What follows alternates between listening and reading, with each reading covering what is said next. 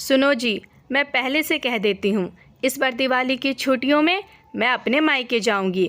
अब चाहे आपकी बहन आए या बुआ, मैंने तो फैसला कर लिया। ये क्या बात हुई? हर बार पूरे परिवार को लेकर छुट्टियों में वो यहाँ आती है और ज़रा सा भी मेरा हाथ नहीं बटाती है। उनकी वजह से मैं अपने माँ बाप से मिलने नहीं जा पाती और आप हैं कि एक शब्द नहीं कहते। ऐसा श्रवण कुमार बनकर भी क्या पालोगे आप?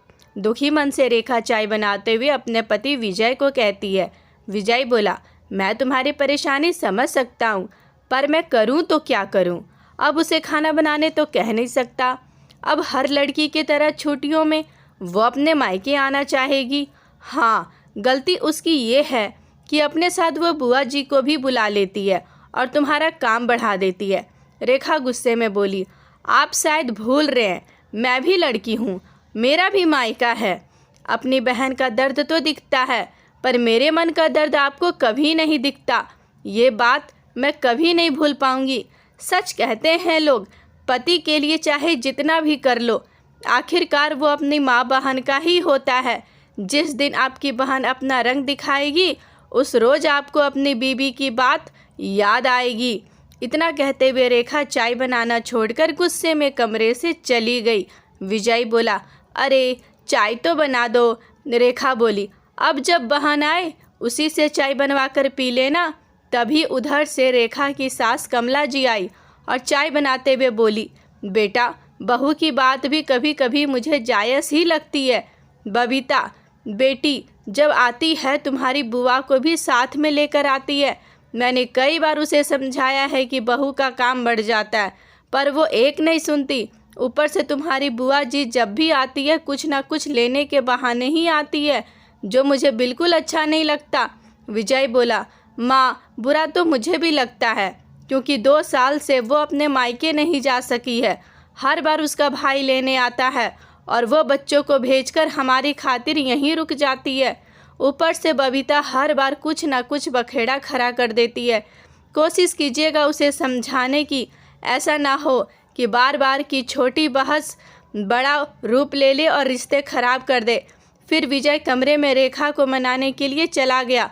वक्त बीता। एक रोज़ बबीता ने फ़ोन करके कमला जी को अपने आने की खबर दी तो कमला जी बोली, अगर तुम्हें आना है तो अकेली आना, इस बार बुआ जी को साथ मत लाना। बबीता बोली, माँ, बुआ जी मेरे पक्ष में बोलती है, इसलिए आप लोगों को अच्छी नहीं लगती। ठीक है, मैं बुआ जी को लेकर नहीं आऊँगी। विजय के बहुत कहने पर रेखा ने रात में खाना बनाने के लिए एक कामवाली को रखा। जिस रोज़ बबीता आई उस रोज़ रेखा ने सबके लिए खाना बनाया। अगले दिन जब कामवाली आई तो बबीता बोली, ये क्या बात है भाभी, इतने पैसे हो गए कि खाना बनाने वाली रख लिया, और जब मैं कुछ मांगती हूँ तो आप सबके कान खड़े हो जाते हैं। रेखा मुँह बनाते हुए बोली, अब क्या किया जाए दीदी, अगर बीमार पड़ जाऊंगी तो इससे ज़्यादा खर्चा बढ़ जाएगा और हमारी इतनी औकात नहीं कि हमेशा के लिए कामवाली को रखें। बस जब तक आप लोग यहाँ रुकेंगी तब तक ही रखा है। जहाँ तक देने की बात है, ईश्वर की कृपा से आपको कौन सी कमी है जो हम आपको कुछ देंगे। रेखा के जाते ही बबीता कमला जी से बोली, देखा माँ, कुछ देने के नाम पर कैसे इन्हें मिर्ची लग जाती है। आपको नहीं लगता कि भाभी कुछ ज़्यादा ही जवाब देने लगी है? लगता है मेरा यहाँ आना उन्हें पसंद नहीं आता। कमला जी बोली, बेटी तो मायके की शोभा होती है, मेहमानों की तरह आ जाए तो किसी की भी भाभी को परेशानी नहीं होती। तुम भी हर बार कुछ ना कुछ लेने की बात क्यों करती हो? कभी भाभी की मदद भी कर दिया करो। इतना कहकर कमला जी आराम करने लगी। 1-2 दिन तो बड़ी शांति से बीता, पर रेखा हर वक्त खाने में कुछ ना कुछ नुक्स निकालती तो गुस्से में काम वाली ने काम छोड़ दिया। अब सारा बोझ अकेली रेखा पर आ गया। छुट्टियों में उसका भाई फिर से आया। रेखा की स्थिति को देखकर उसका भाई विजय से बोला, जीजाजी, जिस तरह आपकी बहन आपको प्यारी है मुझे भी प्यारी है। आशा करूँगा आप इसकी मनोदशा को समझने की कोशिश करेंगे। भाई कहकर चला गया। रेखा का चेहरा मुरझा गया, जिसे देखकर विजय भी खुश नहीं था। उस रोज़ रेखा बहुत दुखी थी। जो कमला जी ने बबीता को कहा, बबीता, आज बहू की तबीयत कुछ ठीक नहीं है तो आज का खाना तुम बना लो, इसी बहाने तुम्हारे हाथ का खाना भी हम चख लेंगे। बबीता बोली, माँ, ये क्या बात कर रही हो? क्या मायके आकर मैं खाना बनाऊंगी? खुद ही बनाकर खाना होता तो छुट्टियों में कहीं हिल स्टेशन घूमने नहीं चली जाती, जो इस घर में रहने आती। कमला जी बोली, तो क्या तुम अपनी माँ और अपने भाई के लिए एक वक्त का खाना भी नहीं बना सकती? बबीता ने बातों को घुमाया और बोली, क्या रोज़ रोज़ घर का खाना खिलाते हो? एक दिन अपनी बहन को बाहर का खाना नहीं खिला सकते? विजय ने फ़ोन लिया और खाना ऑर्डर करने लगा। इधर बबीता अपनी माँ को उसके कमरे में ले गई। बबीता बोली, माँ, हर बार की तरह इस बार कपड़े और मिठाइयों से अपनी विदाई नहीं करवाऊंगी। कमला जी हैरानी से बबीता की तरफ देखने लगी तो बबीता बोली, माँ, आपके पास कितने जेवर होने चाहिए, मुझे सब मालूम है। क्यों आप मेरे हिस्से को मुझे दे देती? मुझे याद है पापा कहते थे, मेरा जो कुछ है मेरे बच्चों का है, और बुआ जी तक कहती है यहाँ की चीज़ों पर मेरा भी अधिकार है। मैंने सोचा अगर बुआ जी भी हिस्सा लेंगी तो मेरा हिस्सा कम पड़ जाएगा, इसलिए तो मैं इस बार उन्हें अपने साथ नहीं लाई। कमला जी आश्चर्य से बेटी की तरफ देखी और बोली, मुझे बहुत दुख हो रहा है ये कहते हुए कि तुम हर बार यहाँ मुझसे मिलने नहीं बल्कि कुछ ना कुछ लेने के लिए आती हो। तुम्हारी बुआ जी का यहाँ की चीज़ों में कोई हिस्सा नहीं है, हिस्सा माँ बाप की संपत्ति में होता है, और तुम्हारे दादाजी ने पहले ही उन्हें सब कुछ दे दिया है। जहाँ तक बात तुम्हारी है, शादी में हमने इतना खर्चा किया जितना कि तुम्हारे भाई की शादी में भी खर्च नहीं किया है। फिर तुम कौन से हिस्से की बात कर रही हो? बबीता और कमला जी की आवाज़ इतनी तेज थी कि रेखा और विजय के कमरे से बाहर निकल कर आना पड़ा। बबीता बोली, माँ, आप अकेली नहीं हैं जो बेटी की शादी में खर्च करते हैं, हर माँ बाप करते हैं। इसका मतलब ये तो नहीं कि मैं अपना हिस्सा छोड़ दूँ और आप अपना सब कुछ अपनी बहू को दे दें। अपनी सास का मुरझाया हुआ चेहरा देखकर रेखा बोली, बस कीजिए दीदी, हर बार रिश्तों को बचाने के लिए आपकी बातों का जहर हम चुपचाप पी लेते हैं। माँ अगर बेटी को अपनी तकलीफ़ नहीं बताती, इसका मतलब ये नहीं कि बेटी हर बार जानने की कोशिश भी ना करे।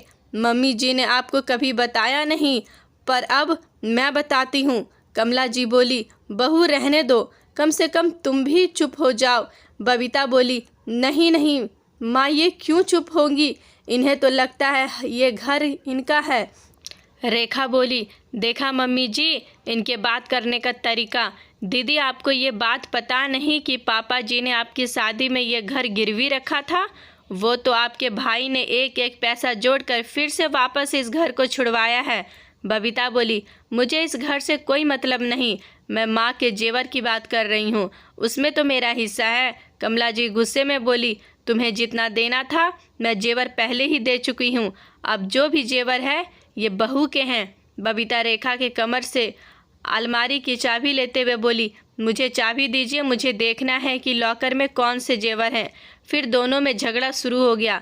विजय बोला, बबीता, मुझे बहुत दुख हो रहा है ये कहते हुए कि तुम भी बुआ जी की तरह निकली। बुआ जी इस लालची स्वभाव के कारण पापा कितने दुखी होते थे ये तुम भी जानती हो, और तुमने भी आज वही काम किया। तुमने सिर्फ माँ का नहीं बल्कि मेरा भी मन बहुत दुखाया है। रेखा बोली, मुझे अफसोस हो रहा है कि मैंने ऐसी ननद के लिए इतने दिन अपने मायके जाना गंवा दिया जो अपनी माँ की ना हो सकी। कल को अपने भाई और भाभी की क्या होगी? कमला जी बोली, हाँ बहू, अगले साल ये बड़े दिन की छुट्टी में यहाँ रुकने की कोई ज़रूरत नहीं है, तुम अपने मायके चली जाना। कम से कम एक माँ तो बेटी के साथ रहने का सुख भोग सके। किसी ने सोचा नहीं होगा कि संपत्ति के लिए कोई बेटी अपने मायके से अपने संबंध ऐसे बिगाड़ सकती है जो कोई कभी भूल नहीं सकता। रेखा गुस्से में बोली, जब मैं इतनी बुरी लगती हूँ तो आज के बाद मैं कभी यहाँ नहीं आऊँगी। जब बेटी से प्यारी बहू लगे तो ऐसा ही होता है। आप अपने बेटी वाले शौक भी बहू से ही पूरे कर कीजिएगा। गुस्से में रेखा अपने कमरे में चली गई और अगले दिन खाली हाथ अपने घर वापस चली गई। एक बार उसने अपनी माँ के बारे में भी नहीं सोचा कि उसके ऐसे कदम उठाने से उसकी माँ पर क्या बीतेगी, पर अंत भला तो सब भला। दोस्तों, आज की कहानी आपको कैसी लगी कमेंट बॉक्स में लिख कर बताना ना भूलें। और अगर हमारी कहानी अच्छी लगी हो, वीडियो अच्छी लगी हो, तो प्लीज़ हमारी वीडियो को लाइक कीजिएगा। हमारे चैनल पर अगर आप नए हो तो हमारे चैनल को सब्सक्राइब भी कर लीजिएगा। कल मिलते हैं एक नई कहानी के साथ, तब तक अपना ख्याल रखिएगा।